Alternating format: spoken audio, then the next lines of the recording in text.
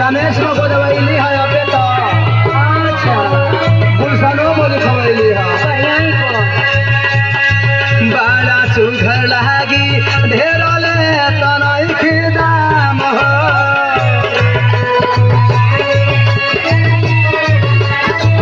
खाली 125 रुपया लागी है गुलशन को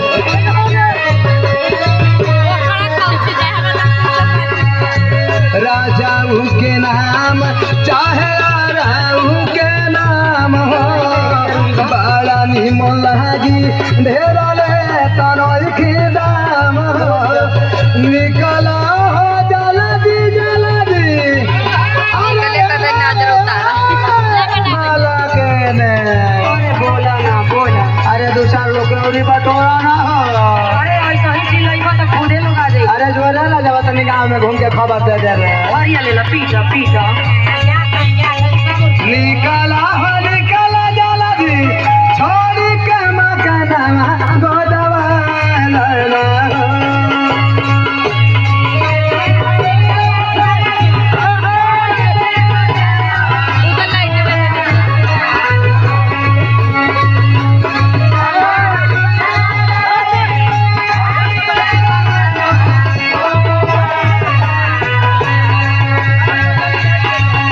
निकला हो निकला जल्दी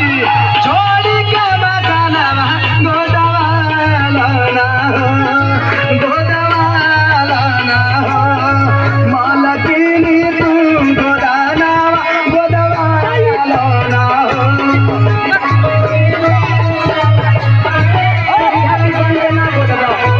ऊंची बोल दे हो जा ना बोल दे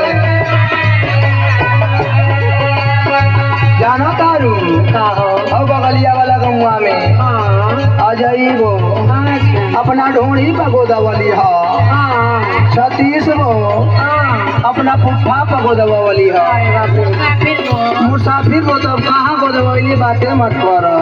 आलू अल्लाह ला वो कत मत कह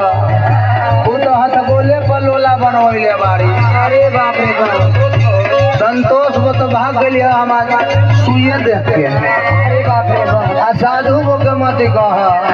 का भइल उनके ओठ पर जरी एगो तीन ऐसा को दले बानी हां